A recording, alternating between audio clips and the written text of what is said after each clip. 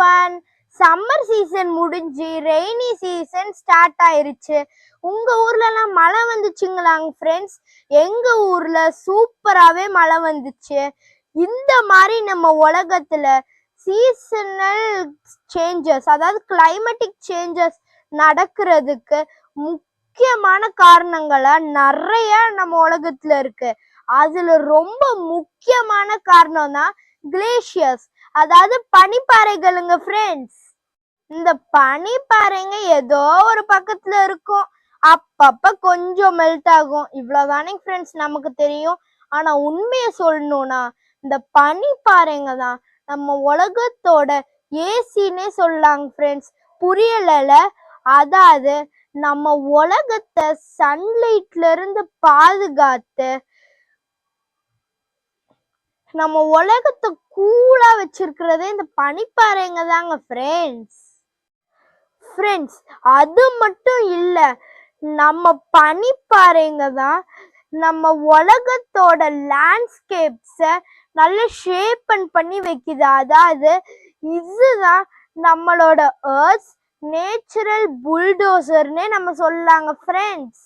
இப்போ உங்களுக்கு எல்லாத்துக்கும் புரிஞ்சிருக்குமே நான் எதை பத்தி பேச போறேன்ட்டு. அட ஆமாங்க ஃப்ரெண்ட்ஸ், கிளேஷியர்ஸ்.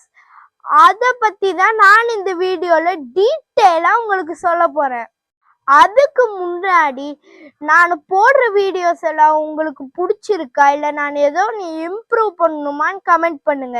அது மட்டும் இல்லைங்க ஃப்ரெண்ட்ஸ், உங்களுக்கு ஏதோ ஒரு சயின்ஸ் ஃபேக்ட் தெரிஞ்சுக்கணும்னு ஆசைப்படுறீங்கன்னா எனக்கு கமெண்ட் பண்ணுங்க. அதே மாதிரி எங்க சேனல் உங்களுக்கு பிடிச்சிருந்ததுன்னா லைக் பண்ணுங்க, ஷேர் பண்ணுங்க, சப்ஸ்கிரைப் பண்ணுங்க. ஸோ வாங்க ஃப்ரெண்ட்ஸ், வீடியோக்குள்ள போயிடலாம். இந்த வீடியோல கிளேஷியர்ஸ்னா என்ன, அது எங்க உருவாகுது, எப்படி உருவாகுது, இந்த கிளேஷியர்ஸ் நம்ம கிளைமேட் சேஞ்சுக்கு எப்படி ஹெல்ப் பண்ணுது, இந்த கிளேஷியர்ஸ் இல்லைன்னா நம்ம உலகத்துக்கு என்ன நடக்கும், நம்ம உலகத்துல இருக்கிற ஃபேமஸான கிளேஷியர்ஸ்னா என்னன்னு தான் நான் இந்த வீடியோல உங்களுக்கு சொல்ல போறேன். கிளேஷியர்ஸ்னா என்னன்னு பார்த்துடலாங்க ஃப்ரெண்ட்ஸ்.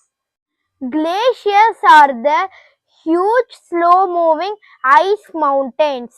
அதாவது இது ஒரு பெரிய பனிக்கட்டி பாறை, அதே மாதிரி இது கொஞ்சம் நகரக்கூடியதுங்க ஃப்ரெண்ட்ஸ்.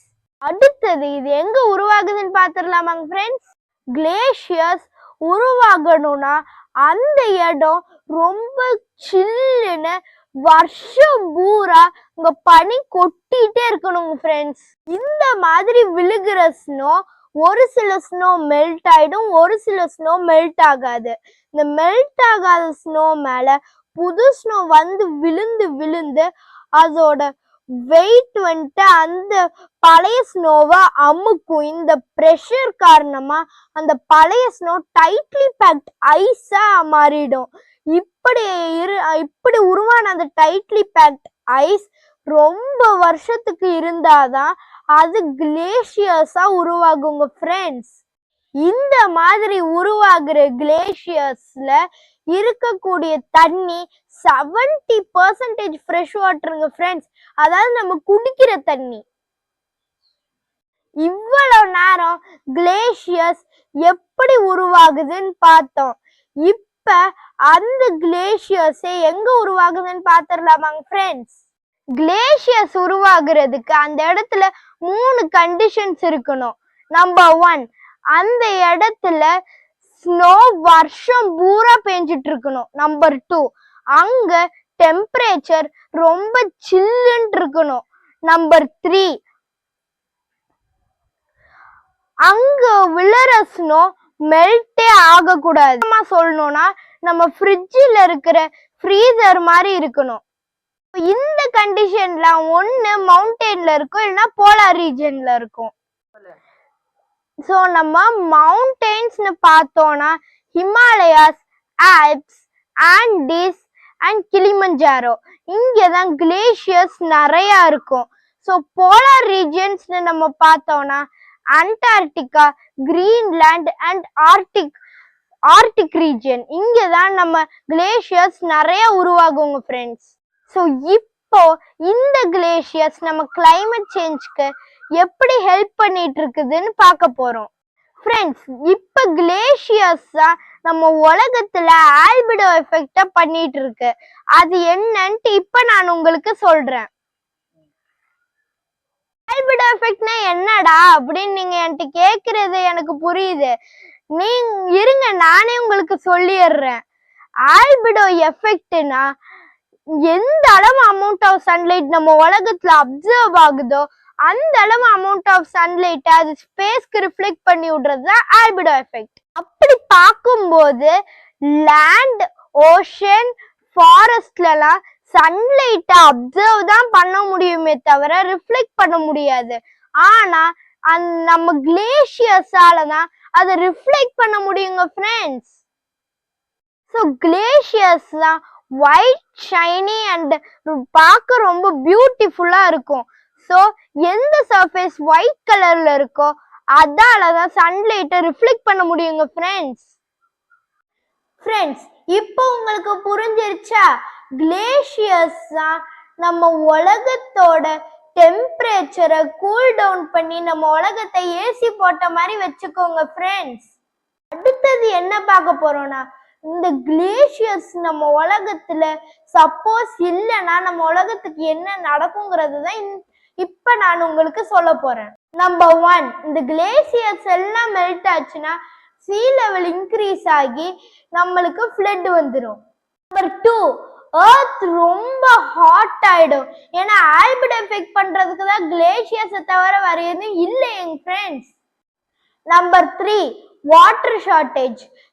கங்கா, யமுனா, காவேரி, இண்டஸ் இந்த மாதிரி உலகத்துல இருக்க பெரிய பெரிய ரிவர்ஸ்க்கெல்லாம் கிளேஷியர்ஸ் தாங்க ஃப்ரெண்ட்ஸ் தண்ணி கொடுத்துட்டு இருக்குது. அப்படிப்பட்ட கிளேஷியர்ஸே மெல்ட் ஆயிருச்சுன்னா எங்க இருந்து தண்ணி கிடைக்கும்? Number 4, climate becomes unstable. அதாவது ஒரு சில சமயம் எக்ஸ்ட்ரீம் ஹீட்டை நம்ம எர்த் ஃபேஸ் பண்ணும், ஒரு சில சமயம் எக்ஸ்ட்ரீம் ஃப்ளட் அண்ட் நேச்சுரல் டிசாஸ்டர்ஸை நம்ம எர்த் ஃபேஸ் பண்ணும். இப்ப நம்ம உலகத்துல இருக்கிற ஃபேமஸான கிளேஷியர்ஸ் எல்லாம் ஒன்னொன்னா நான் உங்களுக்கு லிஸ்ட் அவுட் பண்றேன் ஃப்ரெண்ட்ஸ். Number 1, Lambert glacier. இதுதான் நம்ம வேர்ல்ட்ஸ் லார்ஜஸ்ட் கிளேஷியர். இது நம்ம அண்டார்டிகால இருக்கு. இந்த கிளேஷியரோட சைஸ் மட்டுமே 400 கிலோமீட்டர்ஸ் சைஸ்ல இருக்குங்க ஃப்ரெண்ட்ஸ். இதுதான் 90% நம்மளோட பிளானட்டை கூல் டவுன் பண்ணிட்டு இருக்குங்க ஃப்ரெண்ட்ஸ். Number 2, Gangotri glacier. இது இந்தியால இருக்கு. கங்காக்கு தண்ணி கொடுக்கறது இந்த ரிவர் தாங்க ஃப்ரெண்ட்ஸ். அடுத்தது ஷியாச்சின் கிளேஷியர். இது இந்தியா பாகிஸ்தான் பார்டர்ல இருக்குது. இதுதான் நம்ம வேர்ல்ட்ஸ் செகண்ட் லார்ஜஸ்ட் கிளேஷியர். இதுதான் ஒட்டுமொத்த ஹிமாலயன் மவுண்டைன் ரேஞ்சுக்குமே டெம்பரேச்சர் டிஃபரன்ஸை மெயின்டைன் பண்ணிட்டு இருக்குது. அடுத்தது நான் சொல்ல போற கிளேஷியர் ரொம்ப முக்கியமான கிளேஷியர், ஜாக்கப் ஷாபன் கிளேஷியர். இது கிரீன்லாண்ட்ல இருக்கு. இதுதான் நம்ம வேர்ல்ட்ஸ் ஃபாஸ்டஸ்ட் மூவிங் கிளேஷியர். இதுதான் நம்ம உலகத்துல அப்சர்வ் ஆகுற மேக்சிமம் பர்சன்டேஜ் ஆஃப் சன்லைட்டை அது ரிஃப்ளெக்ட் பண்ணிட்டு இருக்கு. ஓகே ஃப்ரெண்ட்ஸ், இவ்வளவு நேரமா நம்ம கிளேஷியர்ஸை பத்தி பார்த்தோம். இப்ப நம்ம பண்ண வேண்டியது என்னன்னா, குளோபல் வார்மிங்கை நம்ம ஸ்டாப் பண்ணி இந்த கிளேஷியர்ஸை மெல்ட் ஆக விடாம நம்ம பாதுகாக்கணும். We are the next generation of the earth. So friends, நம்ம எல்லாருமே முயற்சி பண்ணா நம்ம earth நம்மளால பாதுகாக்க முடியும். ஓகே ஃப்ரெண்ட்ஸ், அடுத்த சயின்ஸ் ஃபேக்ட் வீடியோல சந்திக்கிறேன். எங்க சேனல் உங்களுக்கு பிடிச்சிருந்ததுன்னா சப்ஸ்கிரைப் பண்ணுங்க.